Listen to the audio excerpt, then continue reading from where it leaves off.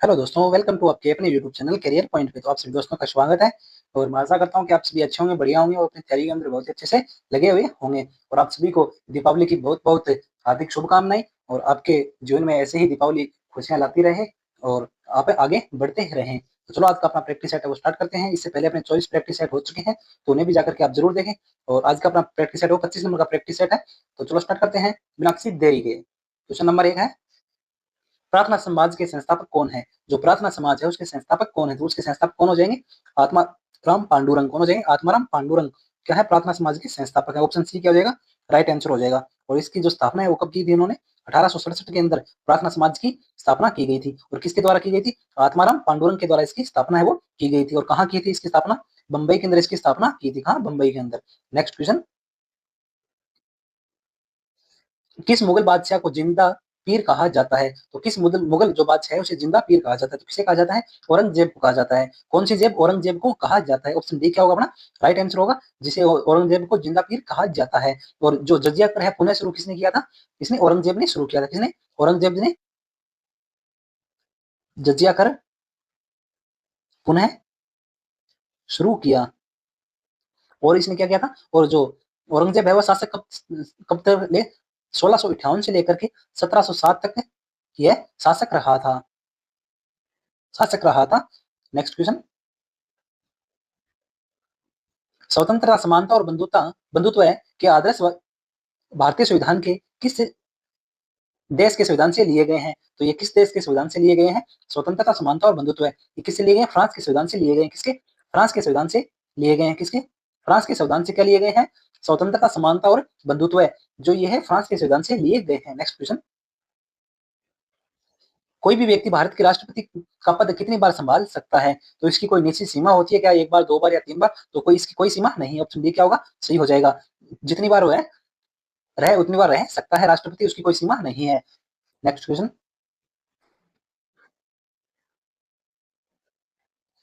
Stay stainless steel बनाने के लिए लोहे के साथ किस धातु का उपयोग किया जाता है? तो किस धातु का उपयोग किया जाता है? उसके साथ लोहे के साथ क्रोमियम और निकल का उपयोग किया जाता है। स्टेनलेस स्टील बनाने के लिए किसका? लोहा प्लस कौन? क्रोमियम और प्लस क्या? निकल का उपयोग किया जाता है। इन तीनों को मिलाकर के क्या बनता है? स्टेनलेस स्टील है वो बनता है। नेक्स्ट क्वेश्चन, और इस क्लास को अपने सभी दोस्तों तक शेयर जरूर करें और एक अच्छा सा कमेंट करें कि आपको कैसी लगती है क्लास और कितने क्वेश्चन सही होते हैं वो कमेंट बॉक्स में जरूर बताएं। और चैनल को सब्सक्राइब करके रखें, अपना जो नेक्स्ट क्लास है उसका नोटिफिकेशन आप तक पहुंच सके। क्वेश्चन नंबर 6 है, लावणी किस राज्य का प्रसिद्ध लोक नृत्य है? तो लावणी किस राज्य का हो जाएगा? महाराष्ट्र का। किसका है? महाराष्ट्र का क्या है?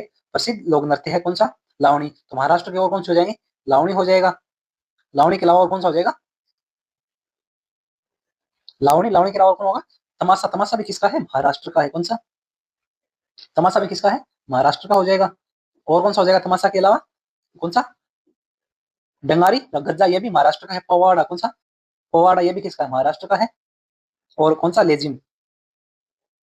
ये सभी क्या है? महत्वपूर्ण नृत्य है जो बार बार एग्जाम के अंदर पूछे जाते हैं। तो इनमें इन्हें आप सबको ध्यान में रखना। लावणी, तमाशा, पवाड़ा और लेजिम, ये सभी किसके हैं? महाराष्ट्र के। किसके हैं? महाराष्ट्र के हैं। नेक्स्ट क्वेश्चन, क्षेत्रफल की दृष्टि से विश्व का सबसे बड़ा देश कौन सा है? तो कौन सा हो जाएगा? क्षेत्रफल की दृष्टि से कौन सा होगा?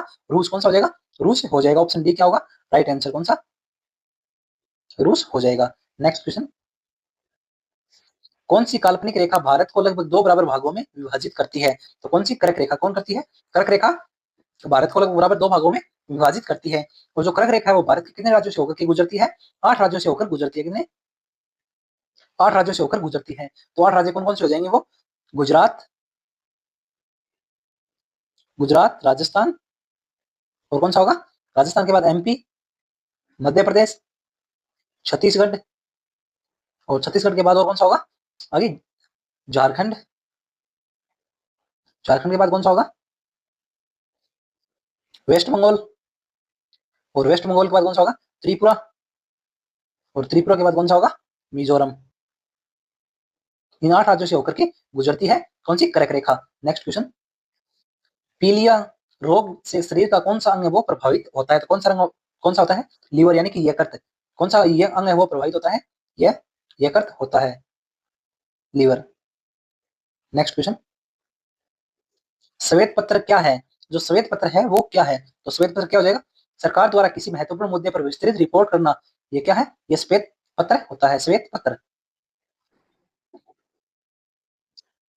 ऑप्शन ए क्या हो जाएगा? Right answer. Next question,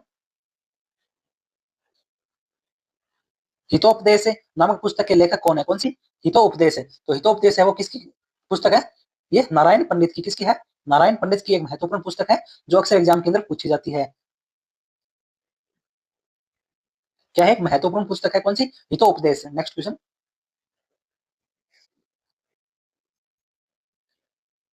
Subroto cup है किस खेल से संबंधित है? तो जो सुब्रतो कप है वो किस खेल से संबंधित है? ये फुटबॉल से। किससे है? फुटबॉल से संबंधित है। ऑप्शन सी अपना क्या हो जाएगा? राइट आंसर हो जाएगा। और जो कि हर वर्ष कहाँ आयोजित होता है? ये नई नई दिल्ली के अंदर हर वर्ष ये आयोजित होता है। और इसकी जो शुरुआत है वो कब की गई थी? 1960 में। इसकी क्या शुरू कब हुआ था? ये 1960 में क्या हुआ था? शुरू हुआ था। तब से लेकर के लगातार ये हो रहा है। नेक्स्ट, भारत का राष्ट्रीय आदर्श वाक्य सत्यमेव जयते कहां से लिया गया है? तो कहां से लिया गया? कहां से लिया गया? ये मुंडक उपनिषद से लिया गया। ऑप्शन डी क्या होगा? राइट आंसर हो जाएगा। मुंडक उपनिषद से यह लिया गया है। कंचनजंगा राष्ट्रीय उद्यान कहाँ स्थित है? जो कंचनजंगा राष्ट्रीय उद्यान है वो कहाँ स्थित है? कहाँ है ये? सिक्किम के अंदर। कहाँ है? सिक्किम के अंदर है। कहाँ है? सिक्किम के अंदर। ऑप्शन डी क्या हो जाएगा अपना? राइट आंसर हो जाएगा।